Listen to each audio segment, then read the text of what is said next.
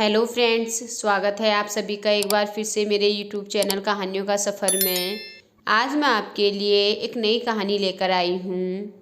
एक रोज़ रास्ते में एक महात्मा अपने शिष्य के साथ भ्रमण पर निकले। गुरुजी को ज़्यादा इधर उधर की बातें करना पसंद नहीं था। कम बोलना और शांतिपूर्वक अपना कर्म करना ही गुरु को प्रिय था। परंतु शिष्य बहुत चपल था। उसे हमेशा इधर उधर की बातें ही सूझती। उसे दूसरों की बातों में बड़ा ही आनंद आता था। चलते हुए जब वो तालाब से होकर गुजर रहे थे तो उन्होंने देखा कि एक धीवर नदी में जाल डाले हुए है। शिष्य यह सब देख खड़ा हो गया और धीवर को अहिंसा परमो धर्म का उपदेश देने लगा। लेकिन धीवर कहाँ समझने वाला था। पहले उसने टाल मटोल करनी चाहिए और बात जब बहुत बढ़ गई तो शिष्य और धीवर के बीच झगड़ा शुरू हो गया। यह झगड़ा देख गुरुजी, जो उनसे बहुत आगे बढ़ गए थे, लौटे और शिष्य को अपने साथ चलने को कहा एवं शिष्य को पकड़कर ले चले। गुरुजी ने अपने शिष्य से कहा, बेटा, हम जैसे साधुओं का काम सिर्फ समझाना है, लेकिन ईश्वर ने हमें दंड देने के लिए धरती पर नहीं भेजा है। शिष्य ने पूछा, महाराज को न तो बहुत से दंडों के बारे में पता है और न ही हमारे राज्य के राजा बहुतों को दंड देते हैं, तो आखिर इसको दंड कौन देगा।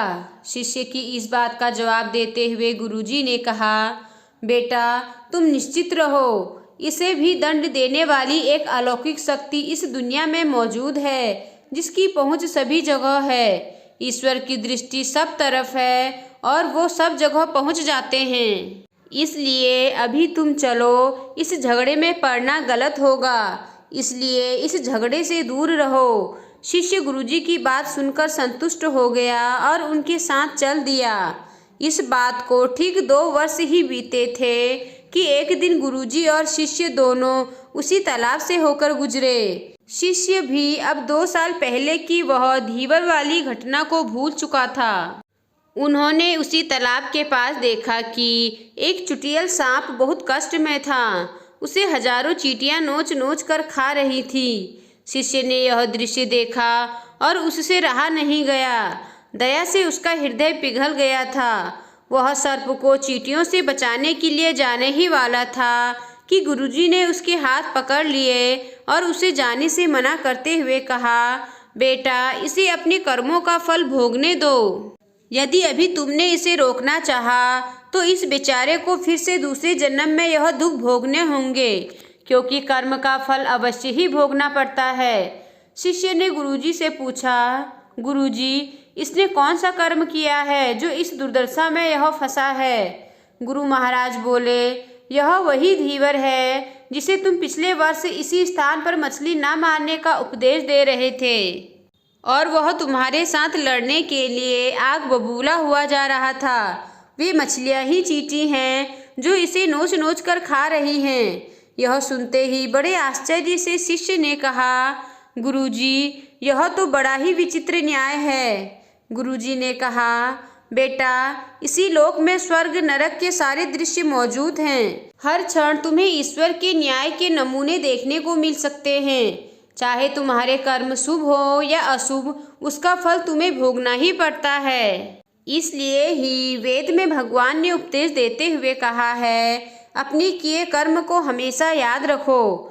यह विचारते रहो कि तुमने क्या किया है, क्योंकि ये सच है कि तुमको वहाँ भोगना पड़ेगा। जीवन का हर क्षण कीमती है, इसलिए इसे बुरे कर्म के साथ व्यर्थ जाने मत दो। अपने खाते में हमेशा अच्छे कर्मों की बढ़ोतरी करो, क्योंकि तुम्हारे अच्छे कर्मों का परिणाम बहुत सुखद रूप से मिलेगा। इसका उल्टा भी उतना ही सही है, तुम्हारे बुरे कर्मों का फल भी एक दिन बुरे तरीके से भुगतना पड़ेगा। इसलिए कर्मों पर ध्यान दो, क्योंकि वो ईश्वर हमेशा न्याय ही करता है। शिष्य गुरुजी की बात स्पष्ट रूप से समझ चुका था। यह 100% सच है कि ईश्वर हमेशा सही न्याय करते हैं और उनके न्याय करने का सीधा संबंध हमारे अपने कर्मों से है।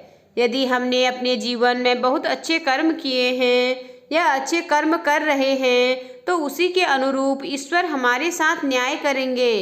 यह जीवन हमें इसलिए मिला है ताकि हम कुछ ऐसे कार्य करें जिसको देखकर ईश्वर की आंखों में भी हमारे प्रति प्रेम छलक उठे।